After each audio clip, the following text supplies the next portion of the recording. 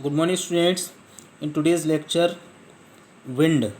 The movement of air from high pressure area to pressure low area called wind. जब high pressure area से low pressure की तरफ हवा जाती है तो उसे हम विंड बोलते हैं. You can see wind without at work it blows dry leaves down the payment of outwoods during storm.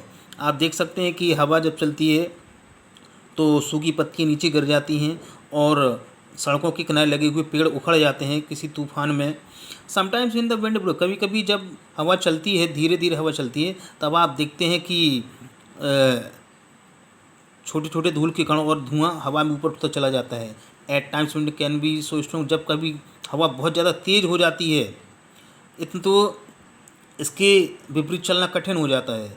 You must have experience, आपने देखा होगा कि किसी छाता को, अगर आप छाता लें तो उसको छाते को पकड़े रखना बहुत मुश्किल होता है जब तेज़ हवा चल रही होती है. और कुछ और ऐसे उदाहरण आपने देखे होंगे जब तेज़ हवा चलती है स्टूडेंट्स, और इसकी वजह से आपके सामने बहुत सारी प्रॉब्लम्स आती होंगी. और इसे लगभग आप ये कह सकते हैं 3 भागों में डिवाइड किए जा सकते हैं, जैसे कि जिनमें से एक है परमानेंट विंड्स. परमानेंट विंड क्या होती हैं? द ट्रेड विंड्स, जिन ट्रेड विंड्स वेस्टर्लाइज और easterlies are the permanent wind. ये 2 तरह की, वेस्टर्लाइज और ईस्टर्लाइज 2 तरह की परमानेंट विंड होती हैं और ये हमेशा लगातार बहती रहती हैं एक निश्चित दिशा में. सीजनल विंड्स, सीजनल विंड्स ये हवाएं अलग अलग सीजन में अपनी दिशा बदलती रहती हैं. जैसे भारत में मॉनसून की हवाएं होती हैं.